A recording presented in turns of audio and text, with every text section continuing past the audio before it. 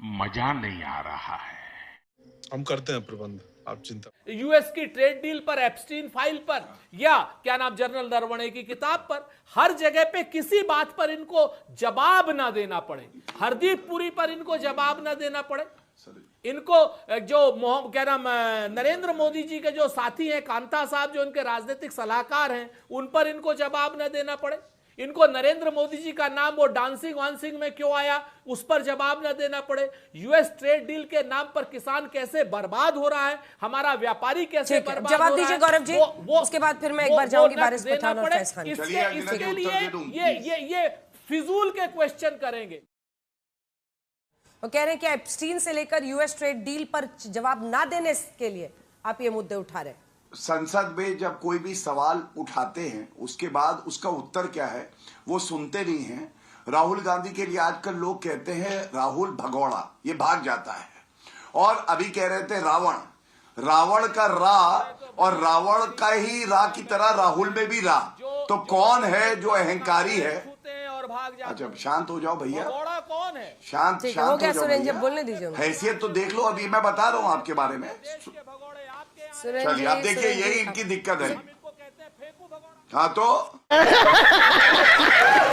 देश की जनता तो आज की डेट में हमारे किसान जो बर्बाद होने जा रहे हैं, कॉटन के किसान हो, चाहे सोया के किसान हो, चाहे मक्के के किसान हो, देश की जनता को तो उनका जवाब चाहिए, उनसे यूएस के जो बड़े बड़े व्यापारी हैं उनसे बचाव चाहिए। ये बात अपने आप में सच है कि जो बहुसंख्यक तुष्टीकरण के नाम पर जो चंदा चोर जितने लोग हैं और जो धंधे चोर जितने लोग हैं, इन सब लोगों ने 2014 के बाद जिस तरीके से एक तरीके से कम्युनलाइज किया है चुनाव को, उसमें निश्चित तौर पर कार्तिक चिदंबरम ने कुछ गलत नहीं कहा, नंबर 1।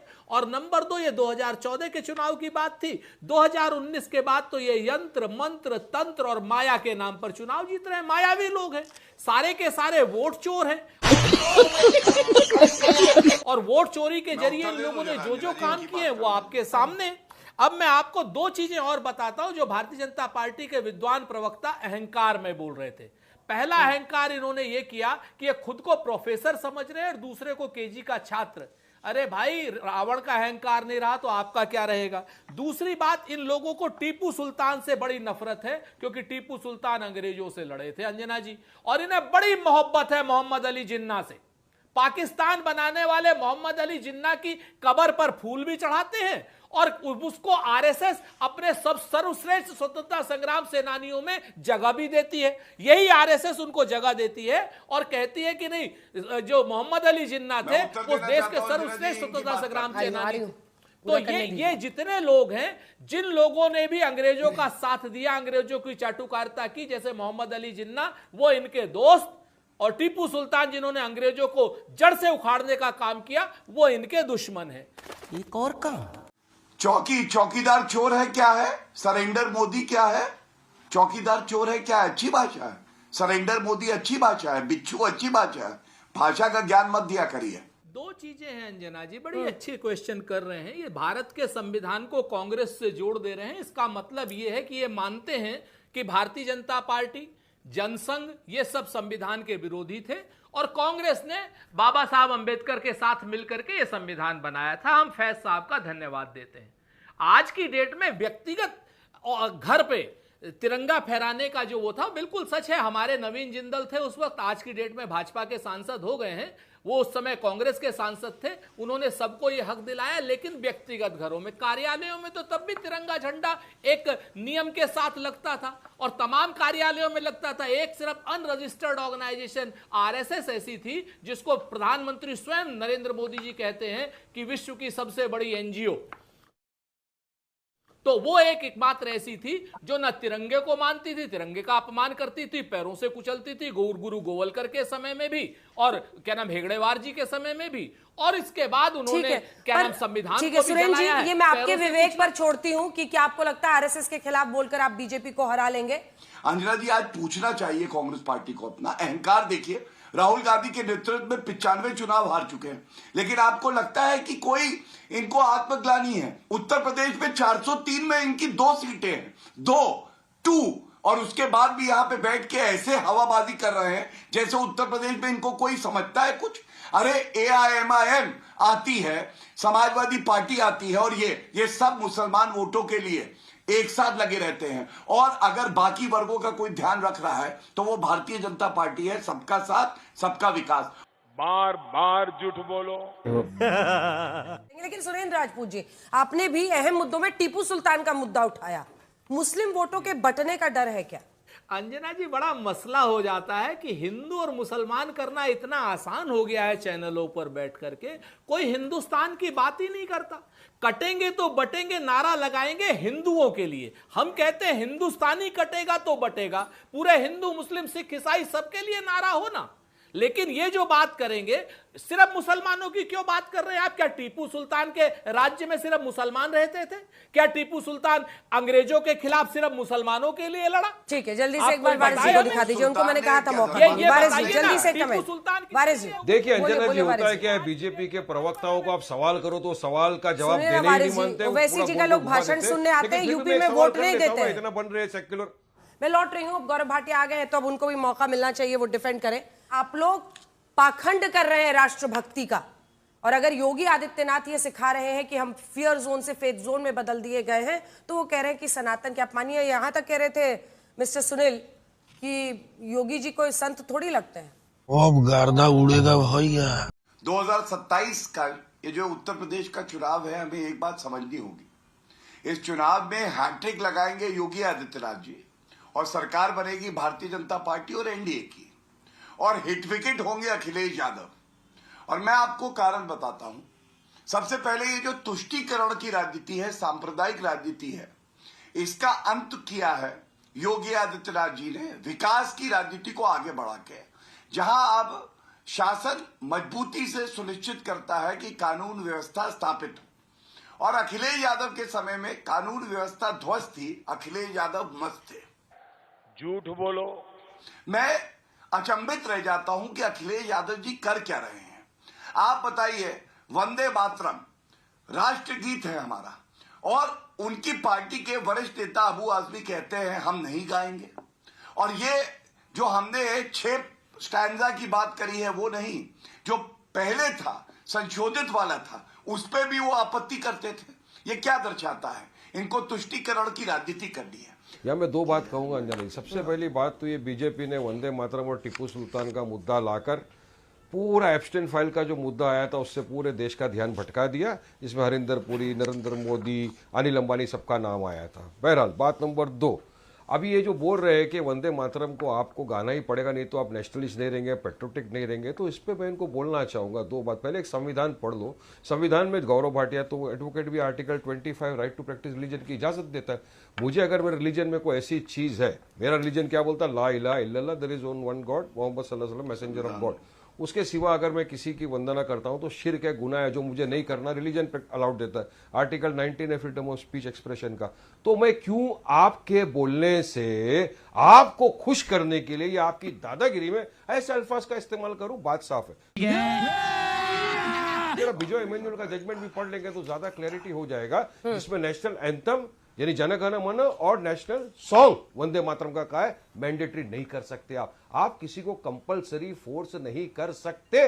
खुला खुला सुप्रीम कोर्ट का जजमेंट है, संविधान है। बीजेपी आरएसएस कौन होता है मुझे बोलने वाला? दूसरा टॉपिक ये लेके आए हैं, नहीं ये नेशनल एंथम को कमजोर करना चाहते हैं वंदे मातरम लाकर। क्या ये मंशा है क्या आप लोगों की? हम तो नेशनल एंथम तो पढ़ते हैं ना दिलो जान से के साथ, खुशी के साथ, जब जब पढ़ा जाता है हम खुल के पढ़ते हैं, लेकिन आप कोई ऐसी चीज फोर्स नहीं कर सकते। भारी मिस्टेक हो गया सर। टीपू सुल्तान से क्या नफरत है इनको? जरा संविधान के अंदर देख लो, पेज नंबर 144 चैप्टर 16 जो 1950 का है, उसमें टीपू सुल्तान का फोटो है। पेज नंबर 144 पे बाजू में झांसी ऑफ रानी लक्ष्मीबाई का फोटो है। वहां पे सिग्नेचर किसका है? सरदार पटेल का और डॉक्टर BR अम्बेडकर का। क्या अब उनसे बड़े हो गए ये लोग? क्या जब टीपू सुल्तान वो थे जो ब्रिटिशरों के खिलाफ लड़ते हुए शहीद हो गए, एक मर्द मुजाहिद थे, वो सावर की तरह जेल में बैठ के माफीनामे नहीं लिख रहे थे, 6 माफीनामे लिख दिए।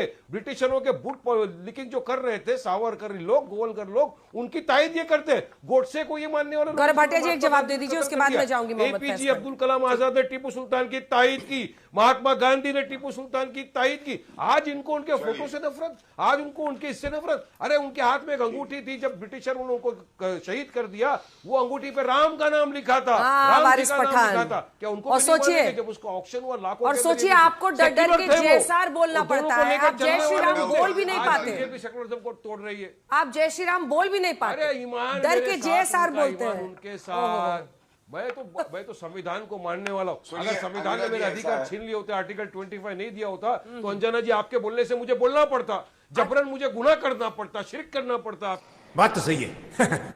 अभी बीजेपी के प्रवक्ता बोल रहे थे, कह रहे थे हमारी सरकार विकास कर रही, 10 साल की सरकार हो गई, 10 काम गिना सकते हैं आप कह रहे हैं कानून व्यवस्था, उत्तर प्रदेश में कस्टोडियल डेथ सबसे ज्यादा उत्तर प्रदेश में, पिछड़े दलितों के खिलाफ अन्याय उत्तर प्रदेश में, पिछड़ी दलित महिलाओं के खिलाफ सबसे ज्यादा छेड़खानी और अत्याचार के मुकदमे उत्तर प्रदेश में, और दलितों के साथ कहीं आप पेशाब चटवा रहे, कहीं आप थूक चटवा रहे, तो उत्तर प्रदेश मतलब ये तो जंगल राज से भी बड़ा अगर कुछ हो सकता है तो वो कहिए। आपने जब से पार्टी बनी है कितने पीडीए को अध्यक्ष बनाया है यादव परिवार के बाहर के, और 4 बार मुख्यमंत्री बना। कौन सा पीडीए को मुख्यमंत्री बना दिया? हाँ, पीडीए जनता उत्तर प्रदेश की कह रही है। इनका पीडीए क्या है अंजना जी समझिए, पी से प्रतीक, डी से धर्मेंद्र, ए से अखिलेश। अब पूरे यादव परिवार में ये समझते हैं कि उत्तर प्रदेश आ गया है, ऐसा होगा नहीं। तीसरी बात, इनका विकास इनको याद दिलाता हूं, हमने जब सरकार बनाई तो 35,000 करोड़ रुपए गन्ना किसानों का बकाया था, योगी आदित्यनाथ जी ने दिया। कब हो गया ये? आप कह रहे थे कि अखिलेश यादव जी क्या कर रहे हैं हमको समझ में नहीं आ रहा है। अगर समझना है तो माननीय मोदी जी से पूछिए अखिलेश यादव जी उत्तर प्रदेश में क्या कर रहे हैं, और 27 के बाद योगी जी से बैठ के अकेले में फुर्सत में पूछ लीजिएगा कि अखिलेश यादव जी ने उत्तर प्रदेश में। गौरव जी जवाब दीजिए।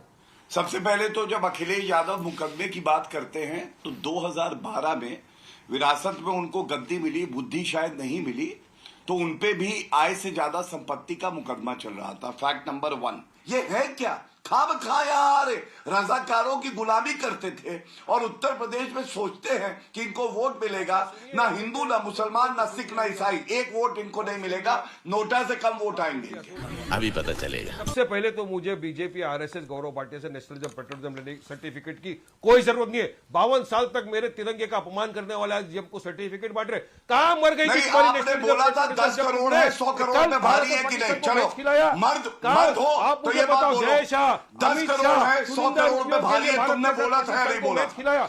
बोला था कि नहीं बोला था? अगर मर्द हो तो बोलो आजा। गौरव भाटिया तुम्हारा नेशनलिज्म पेट्रियटिज्म कहां मर गया था जब जय शाह, अमित शाह, बीसीसीआई ने भारत को पाकिस्तान के साथ मैच खिलाया?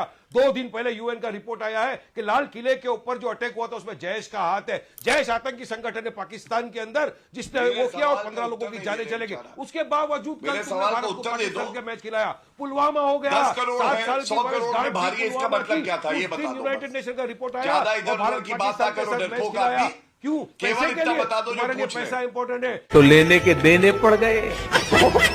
कम बुद्धि के लोग जब बड़ी पार्टी के प्रवक्ता होके बैठ जाते हैं, हम तो आपके बीच नहीं बोल रहे थे, हम कह रहे हैं आपको, हम चैलेंज कह रहे हैं अंजना जी के कार्यक्रम में 10 साल में 10 काम गिना दीजिए जो प्रस्ताव समाजवादी पार्टी के ना हो, आपके हो और आपने पूरे कर दिए हो। आप 10 काम गिना दीजिए, मैं दावा कर रहा हूं। और पिछड़े दलितों का आरक्षण छीन के अभी सुनना है तो अभी पूछ लेते हैं उनसे, अभी सुनना है, अपमान करके 10 काम बताइए गौरव जी। सबसे पहले तो एक्सप्रेसवे बना, हमने देखा किस तरह से बना। काशी में हमने देखा कॉरिडोर बना है। लॉ एंड ऑर्डर कैसे बेहतर हुआ है मैंने आपको बताया, और अतीक अहमद जैसे गुंडों का क्या हाल हुआ हमने देखा। इसके बाद मैंने आपको कृषि दर बताई, किस तरह से विकास की कृषि दर बेहतर हुई। हमारे समय में जो है ये 13.7, इनके समय में 5 थी। मैंने गन्ना किसानों का भुगतान बताया। मैंने आपको बताया किस तरह से 1,25,000 से ज्यादा भर्ती हुई है पुलिस में। ये क्या बताएंगे कि बलात्कारियों को बचाने के लिए लाठीचार्ज किसने किया था? क्या बताएंगे कि किसानों पर गोली चलवाते हैं? ये क्या बताएंगे कि किसानों पर बस की नहीं बात नहीं पूछनी क्या काम है? तुम चुल्लू भर पानी में जाके डूब के मर जाओ।